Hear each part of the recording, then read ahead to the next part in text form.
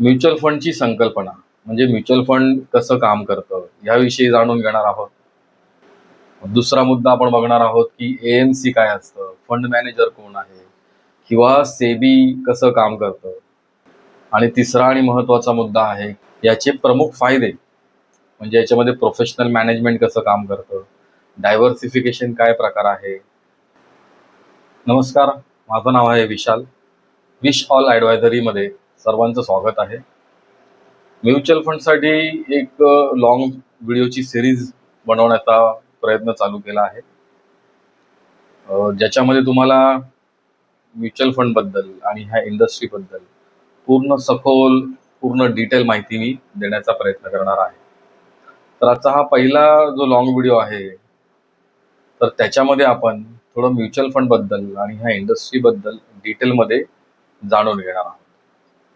तर काय शिकणार आहोत आजच्या या सेशनमध्ये? म्युच्युअल फंडची संकल्पना म्हणजे म्युच्युअल फंड कसं काम करतं याविषयी जाणून घेणार आहोत. दुसरा मुद्दा आपण बघणार आहोत की एएमसी काय असतं, फंड मॅनेजर कोण आहे किंवा सेबी कसं काम करतं. आणि तिसरा आणि महत्त्वाचा मुद्दा आहे की याचे प्रमुख फायदे, म्हणजे याच्यामध्ये प्रोफेशनल मॅनेजमेंट कसं काम करतं, डायव्हर्सिफिकेशन काय प्रकार आहे, लिक्विडिटी काय आहे, किंवा आपण कमीत कमी पैशाने SIP किंवा इन्व्हेस्टमेंट्स कशा चालू करू शकतो, याचा आज आपण डिटेल माहिती बघणार आहोत.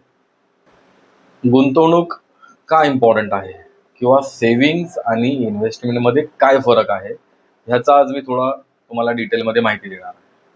सेव्हिंगचा अर्थ असा आहे की तुम्ही बघा, लहान असताना मुलांना एक तो गुल्लक आणून दिला जातो, ज्याच्यामध्ये आपण पैसे साठवतो. आता समजा त्या एका मुलाने त्या वर्ष 2 वर्ष त्या डब्यामध्ये तो पैसे साठवतो आहे आणि खूप चांगले पैसे, समजा 10,000 20,000 जमा झाले. तर तुम्हाला काय वाटतंय की त्याला इन्व्हेस्टमेंट म्हणणार की सेव्हिंग्स? त्याला आपण सेव्हिंग्स म्हणणार, कारण ते पैसे वाढणार नाहीये. म्हणजे आपण साठवले तरच ते वाढणार आहेत, पण त्या पैसे जर तसेच ठेवले, आता त्याच्याकडे तो डब्बा भरला आणि तो तसाच ठेवला, तर त्याच्यातले पैसे वाढणार आहेत का? नाही वाढणार. पैसे कशाने वाढतात माहिती आहे का? ते प्रॉपर इन्व्हेस्टमेंट्स केल्याने. पण इन्व्हेस्टमेंट करताना महत्त्वाचा मुद्दा काय लक्षात ठेवायचा आहे की आपण ज्या ठिकाणी, ज्या प्रकारे, किंवा आपण ॲसेट क्लास म्हणू, ज्या ॲसेट क्लासमध्ये आपण जे पैसे गुंतवले आहेत ते महागाईला बीट करणारा आहे का? महागाई म्हणजे आज जर एखादी वस्तू 100 रुपयाला मिळते आहे, 5 वर्षांनी तीच वस्तू कदाचित 130 140 रुपयाला मिळणार आहे. महागाई म्हणजेच इन्फ्लेशन जर आपण बघितलं तर त्याचा दर आहे 6 ते 7% ॲव्हरेज दर आहे. आता वर्षाचा वगैरे काढायला गेलं, काही पॅनिक सिच्युएशन जेव्हा येतात, वर्षाचं वगैरे काढायला गेलं तर तो नक्कीच जास्त असतं. आपण एक ॲव्हरेज धरूया 10-12 वर्षाचा, तर एक 5 ते 6 किंवा 7% महागाई वाढते आहे. म्हणजे जर आज तुमच्याकडे समजा 1,00,000 रुपये आहेत आणि ते तुम्ही बँक FD मध्ये ठेवले, बँक तुम्हाला किती रिटर्न्स देतं? बँक तुम्हाला इंटरेस्ट देतं, रिटर्न्स नाही. तर किती इंटरेस्ट देतं? तर 6%, 6.5%, कदाचित पुढे 7 असेल. पण तुम्ही जर बँकमध्ये पैसे ठेवले तर तुमचे पैसे जेव्हा तुम्ही 5 वर्षाने 10 वर्षाने जेव्हा काढायला जाल, त्यावेळेला तुमचे पैसे त्या महागाईच्या पैशाला, इन्फ्लेशनला बीट करेल का? महागाई पण 6-7%नेच वाढते, तुमचे पैसे पण 6-7%ने वाढले. त्यावेळेला ती व्हॅल्यू तेवढीच असणार जी आता आहे.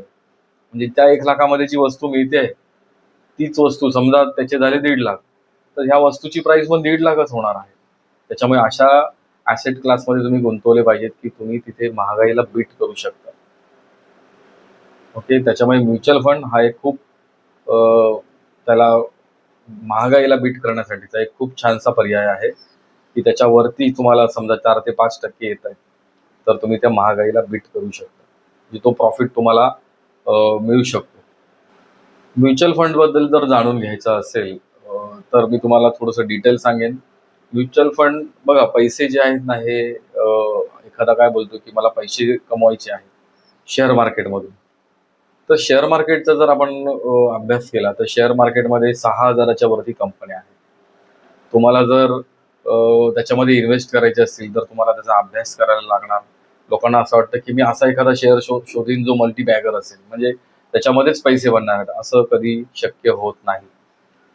एक तर तुम्हाला खूप मोठी अमाऊंट टाकायला लागेल डायव्हर्सिफाय करण्यासाठी. मला समजा तुम्हाला 10 ते 20 कंपन्यांमध्ये पैसे टाकायचे असेल, तर त्यासाठी तुम्हाला मोठी अमाऊंट टाकायला लागेल. प्लस तुम्हाला त्या कंपन्यांचा अभ्यास करायला लागेल. कोणाच्या तरी सांगण्यावरून जर तुम्ही इन्व्हेस्ट करत असाल, तर नक्कीच ते खूप धोकादायक आहे, खूप रिस्की आहे. मग सेफ काय आहे? तर म्युच्युअल फंड, जे शेअर मार्केटचाच भाग आहे. तर म्युच्युअल फंडमध्ये पण आपण जेव्हा पैसे इन्व्हेस्ट करतो, त्याच्यामधले पैसे शेअर मार्केटमध्येच गुंतवले जातात, पण ते डायव्हर्सिफाय केले जातात, की कमी जोखीम आपण घेऊन त्याच्यामधून प्रॉफिट करू शकतो. जेव्हा तुम्ही शेअर्स विकत घेता, त्यावेळेला तुमच्याकडे शेअरची क्वांटिटी येते, म्हणजे 10 क्वांटिटी, 100 क्वांटिटी, 1000 क्वांटिटी. पण जेव्हा तुम्ही म्युच्युअल फंड घेता, तर त्याच्यामध्ये युनिट हा प्रकार असतो. म्हणजे इनिशियल लेवलला त्या युनिटची प्राइस ₹10 असते. समजा आज ₹10 तुम्ही आज तुम्ही जे काही म्युच्युअल फंड्स घेतले, तुम्हाला त्याचे काही युनिट्स मिळाले, समजा 1000 युनिट्स मिळाले. जेव्हा तो प्रॉफिट होतो, त्यावेळेला त्या युनिट्सची प्राइस वाढते. आणि जेव्हा तुम्ही ते म्युच्युअल फंड सेल करतात किंवा रिडीम करतात, त्यावेळेला आपण ते त्या पर्टिक्युलर युनिट्स आपण विथड्रॉ करत असतो. म्युच्युअल फंड बद्दल जर थोडं डिटेल बघायला गेलं अजून, एएमसीज हा एक कन्सेप्ट आहे, म्हणजे ॲसेट मॅनेजमेंट कंपनी. 60च्या वरती ॲसेट मॅनेजमेंट कंपनीज आहेत, एएमसीज. आणि प्रत्येक बँकेची एएमसी आहे. प्रत्येक बँकेचे म्युच्युअल फंड्स आहेत.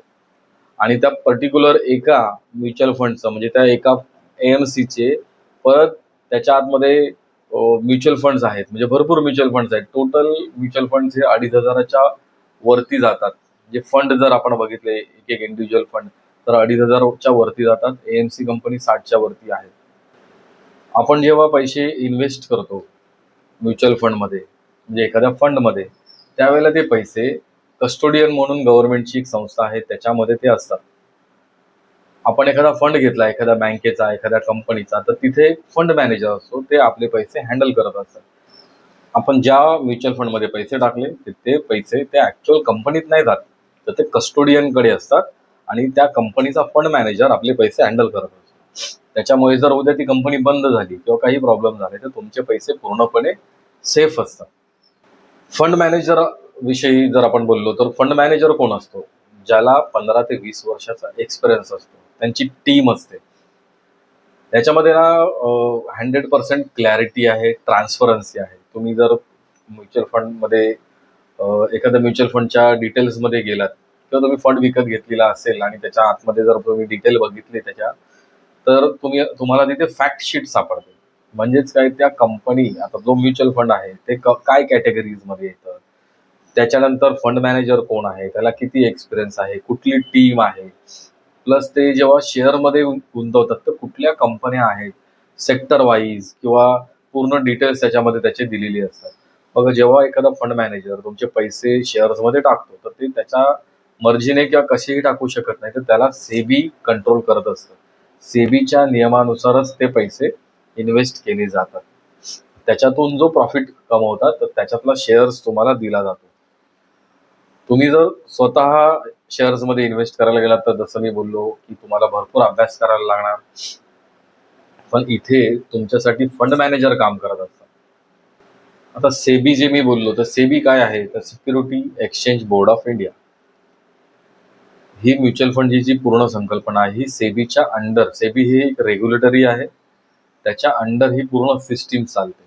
म्हणजे अगदी कोणता फंड लॉन्च केला पाहिजे, त्या फंडने कसं काम केलं पाहिजे, फंड मॅनेजरने कसं काम केलं पाहिजे, हे सगळे सेबीच्या नियमानुसारच चालतं. जेव्हा जेव्हा मार्केटमध्ये जेव्हा कधी प्रॉब्लेम झाले, काही घोटाळे झाले, त्याच्यानंतर सेबीने ते नियम अधिक कडक केले. आणि ते सगळे नियम जे आहेत, हे इन्व्हेस्टर्सच्या बाजूने आहेत. तुम्ही जेव्हा अकाउंट ओपन करता, साधं म्युच्युअल फंडमध्ये अकाउंट ओपन करता, त्यावेळेला तुमची पहिली केवायसी केली जाते. तुमचा आधार कार्ड, पॅन कार्ड, तुमचे बँकच्या डिटेल्स. तिथे एक नावामध्ये किंवा तुमच्या डेट ऑफ बर्थमध्ये जर छोटीशी जरी मिस्टेक असेल, तरी तुमची केवायसी होत नाही. त्याच्यामुळे याच्यामध्ये पारदर्शकता असते, पूर्णपणे क्लॅरिटी आहे. कुठेही छुपं तुम्हाला लपून चार्जेस लावणं वगैरे हा प्रकार त्याच्यामध्ये नक्कीच नाही आहे. अगदी कोणी म्युच्युअल फंडमध्ये तुम्हाला जर आमिष दाखवत असेल, की एवढे पर्सेंट देणार, तेवढे पर्सेंट देणार, आणि ते जर सेबीच्या लक्षात आलं, तर जो डिस्ट्रीब्युटर असतो त्याचं लायसन कॅन्सल केलं जातं. एवढे इथे कडक नियम असतात. म्युच्युअल फंडमध्ये पैसे गुंतवले जातात. तर ते पैसे वेगवेगळ्या ॲसेट्स क्लासमध्ये पण इन्व्हेस्ट केले जातात. म्हणजे इक्विटी आहे, डेट फंड आहेत, कमोडिटीज आहेत, असे वेगवेगळे ॲसेट्स क्लास आहेत. म्हणजे अगदी एखाद्याला जर इन्व्हेस्ट करायचं असेल गोल्डमध्ये तर ह्याच्यामध्ये गोल्डचे फंड आहेत. जर सेफमध्ये इन्व्हेस्ट करायचं असेल तर त्याच्यासाठी डेट फंड्स आहेत किंवा ज्याला आपण लिक्विड फंड म्हणू शकतो. आणि ग्रोथसाठी हे इक्विटीचे फंड्स आहेत. त्याच्यामध्ये पण वेगवेगळ्या कॅटेगरीज असतात. जसं लार्ज कॅप आहे, मिड कॅप आहे, स्मॉल कॅप आहे, फ्लेक्झी कॅप आहे, मल्टी कॅप आहे, सेक्टोरियल फंड्स असतात आणि भरपूर प्रकारचे डायव्हर्सिफाय फंड्स याच्यामध्ये अवेलेबल असतात. आता जसं मी बोललो की 2,500 त्याच्यात फंड्स आहेत. तर इथे तुम्हाला कन्फ्युजन होऊ शकतं किंवा खूपशा वेळेला जेव्हा डायरेक्ट इन्व्हेस्टमेंट तुम्ही करतात त्यावेळेला आपण पास्ट परफॉर्मन्स म्हणजे आत्ताच गेल्या वर्षीचा किंवा 1-2 वर्षाचा रिटर्न्स बघून आपण त्याच्यामध्ये इन्व्हेस्ट करतो आणि हे खूप चुकीचं आहे. तर तुम्हाला ॲडवायझरची गरज असते. म्युच्युअल फंड डिस्ट्रीब्युटर असतात जे तुम्हाला ह्याच्यामध्ये तुमचं प्लॅनिंग करून देतात, तुमचे गोल सेट करतात. इन्व्हेस्टमेंट्स करणं म्हणजे नुसतं 1000 किंवा 500ची SIP चालू करणं नाही आहे. तर इन्व्हेस्टमेंट्स करणं म्हणजे तुमचे गोल्स अचीव्ह करण्यासाठी तुम्हाला किती आता इन्व्हेस्ट करायला लागणार हे इम्पॉर्टंट असतं आणि त्याचा पूर्ण अभ्यास करून तुमच्यासाठी प्लॅनिंग बनवणं, गोल सेट करणं हे एक म्युच्युअल फंड डिस्ट्रीब्युटर किंवा ज्याला आपण फायनान्शियल ॲडवायझर म्हणतो हे काम करत असतात. लिक्विडिटी हा एक खूप इम्पॉर्टंट पार्ट आहे. काही फंड्स आहेत ज्याच्यामध्ये लॉकिंग पिरियड असतं. जसं की रिटायरमेंटचे फंड आहे, चाइल्ड एज्युकेशनचे फंड आहेत किंवा टॅक्स सेव्हिंगचे फंड आहेत. त्याच्यामध्ये 3 ते 5 वर्षाचा लॉकिंग पिरियड असू शकतो. पण बाकीचे जेवढे फंड्स असतात ते सगळे लिक्विड असतात. म्हणजे काय तर तुम्ही कधीही ते विथड्रॉ करू शकता, रिडीम करू शकता. जेव्हा कधी तुम्ही ते रिडीम करतात 2 ते 3 दिवसात पैसे तुमच्या अकाउंटमध्ये, बँकेमध्ये येतात. अगदी ₹500 पासून पण तुम्ही इन्व्हेस्टमेंट सुरू करू शकतात. पण जसं मी बोललो, की ₹500, ₹1000 इन्व्हेस्ट करणं हा उद्देश नसला पाहिजे. तुमचा उद्देश असला पाहिजे, की तुम्हाला तुमचा कोणता गोल सेट करायचा असेल. रिटायरमेंट फंड आहे, मुलांच्या एज्युकेशनचा फंड आहे, एखाद्याच्या लग्नाचा आहे किंवा एखाद्याला घर घ्यायचं असेल, तर त्याच्यासाठीचं प्लॅनिंग आहे. तर हे प्लॅनिंग करण्यासाठी तुम्हाला म्युच्युअल फंड ॲडवायझरची, डिस्ट्रिब्युटरची खूप गरज आहे. तर ह्या व्हिडिओमध्ये आपण इथेच थांबूया. पुढच्या व्हिडिओमध्ये आपण SIP बद्दल थोडंसं डिटेलमध्ये आपण बघणार आहोत. या चॅनलला लाईक करा, सबस्क्राईब करा आणि भेटू आपण नक्कीच पुढच्या व्हिडिओमध्ये.